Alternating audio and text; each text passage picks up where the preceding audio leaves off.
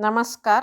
आज आपण पुडी मसाला बनवणार आहोत दक्षिण भारतीय पद्धतीने. चला तर आपण सुरुवात करूया. तर 1 वाटी मी डाळ घेतली आहे, जे फुटाण्याचं डाळ असतं ते, आणि 1 वाटी उडदाची डाळ घेतलेली आहे.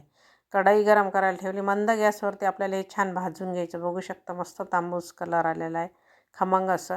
त्याच कढईमध्ये 1 वाटी तीळ, अर्धी वाटी खोबरं. आता तीळ थोडे तडतडले म्हणजे नंतर आपण हे खोबरं घालणार आहोत, किंवा खोबऱ्याचा किस आपण जो घरी बनवला आहे तो छान भाजून घेतला. ते पण आपण वेगळे काढून घेतलेलं आहे. पुन्हा 5-6 मिरच्या, 10-15 कढीपत्त्याची पानं, अर्धा चमचा काळी मिरी.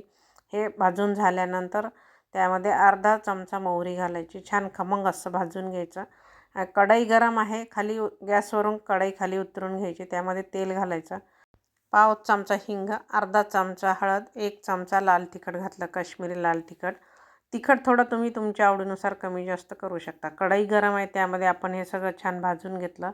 चवीनुसार मीठ घातलं. आता हे सगळे पदार्थ आपल्याला थंड करायचे, त्यानंतर मिक्सरमधून काढून घ्यायचे. चला तर आपण सगळ्यात पहिली मिरची मिक्सरमधून काढून घेऊया. मिरची छान बारीक झाली आहे. आता आपण जे डाळ भाजून ठेवली होती उडदाची आणि डाळवं, ते घालूया. तीळ आणि खोबरं ते भाजून ठेवलं ते घालूया. पुन्हा आपण हे मिक्सरमधून बारीक करून घेऊया. बघू शकता कलर किती सुंदर आलेला आहे. तुम्ही यामध्ये थोडीशी कसुरी मेथी वापरली तरीसुद्धा चालते.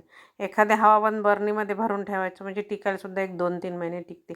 तुम्ही इडलीसोबत खा किंवा डोशासोबत खा, तुमच्या आवडीनुसार. किंवा तुम्ही पोळीसोबत जर खायचं असेल तर दह्यामध्ये मिक्स करून हे पुडी मसाला वापरू शकता, किंवा असं तेल टाकूनसुद्धा इडलीसोबत खातात हे दक्षिण भारतामधले. तर नक्की करून बघा. धन्यवाद.